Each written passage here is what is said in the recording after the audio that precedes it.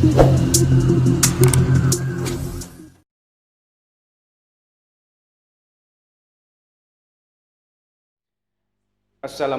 warahmatullahi wabarakatuh. A'udzubillah, bismillah, alhamdulillah. Wassalatu wassalamu ala sayyidina Muhammadin wa ala alihi wa ashabihi wa man tabi'ahudah, amma ba'du. Qala rabbi syrah li sadri wa yassir li amri wahlul 'uqdatam min lisani yafqahu qawli waj'al li waziran min ahli. Alhamdulillah, di pertemuan kali ini kita bisa bertemu meskipun melalui media, namun hal ini tidak mengurangi nilai silaturahmi kita. Dan pada kesempatan kali ini saya akan menyampaikan pembahasan materi tentang filsafat. Dan hal ini merupakan suatu aplikasi dari tugas mandiri, yaitu mata kuliah filsafat. Mudah-mudahan beliau dipanjangkan umurnya dan senantiasa dilindungi oleh Allah Subhanahu wa taala. Pada kesempatan kali ini saya akan menyampaikan materi tentang kebenaran. Meskipun saya membahas tentang kebenaran, tetapi belum tentu apa yang saya sampaikan ini merupakan suatu kebenaran, karena keterbatasan saya dalam pengetahuan dan materi yang saya pelajari. Meskipun demikian, hal ini tidak mengurangi rasa hormat dan penghormatan saya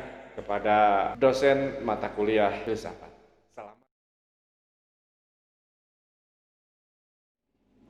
Bismillahirrahmanirrahim.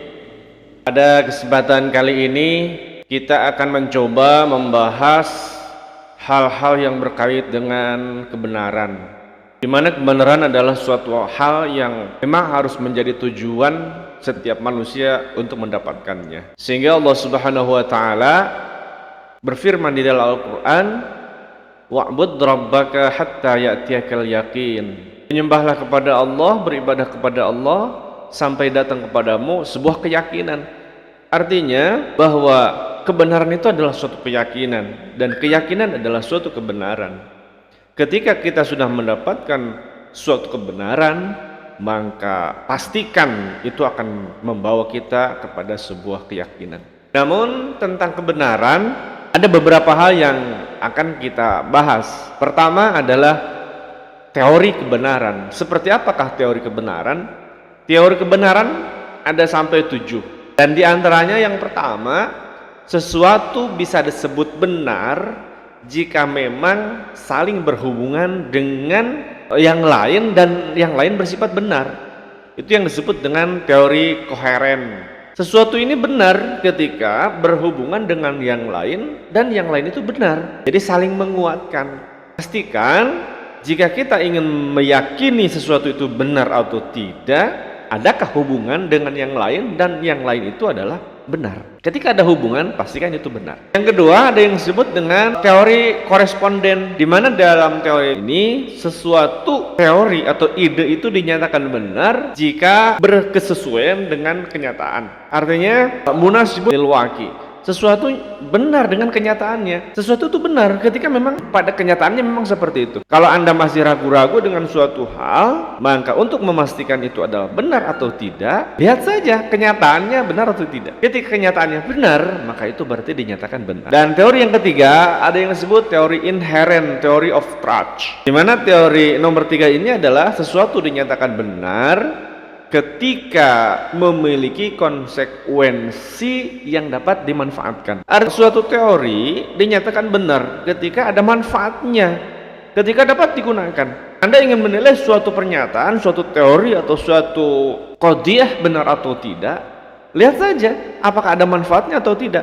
Ketika sesuatu menggebu-gebu dinyatakan benar tetapi tidak ada manfaatnya, belum tentu itu benar. Inilah yang disebut bahwa ilmu itu memang memerlukan kemanfaatan.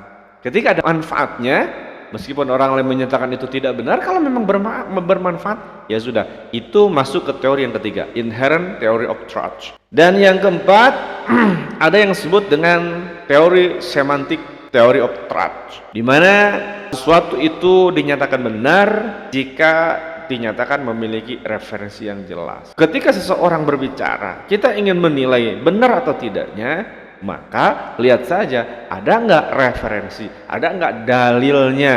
baik itu dalil nakli ataupun dalil akli. Jadi ada referensinya. Ketika memiliki referensi Al-Quran, hadis, atau hasil penelitian atau teori-teori tertentu, maka memiliki sebuah referensi membuktikan bahwa teori tersebut dinyatakan sebagai suatu kebenaran.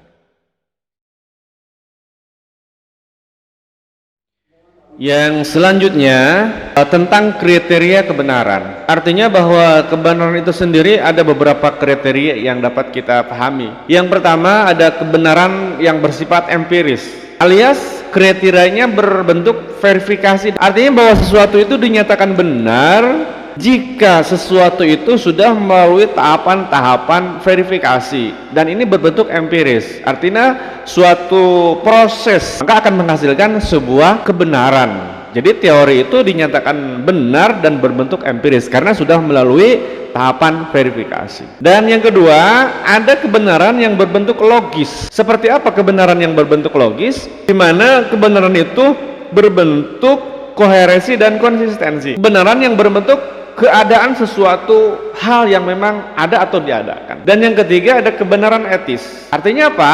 Sesuatu itu dinyatakan benar di mana kebenarannya ditentukan oleh nilai-nilai moral. Makanya di dalam Al-Qur'an ada ma'ruf ya. Ada sesuatu yang ma'ruf. Apa ma'ruf?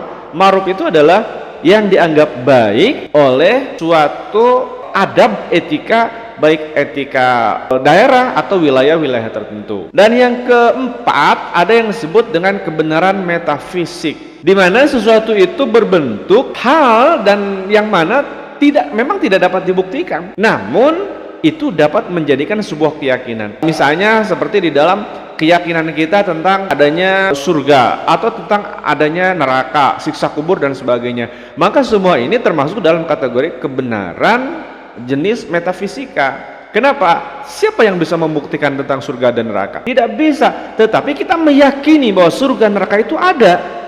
Itu sudah menjadi sebuah keyakinan. Bagi orang yang tidak percaya terhadap kebenaran yang berbentuk seperti ini, maka dia dinyatakan tidak beriman, tidak meyakini.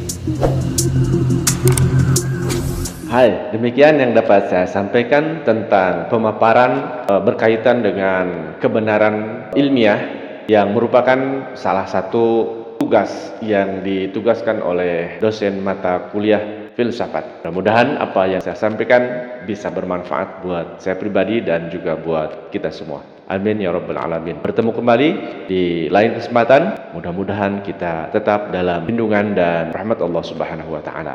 Assalamualaikum warahmatullahi wabarakatuh.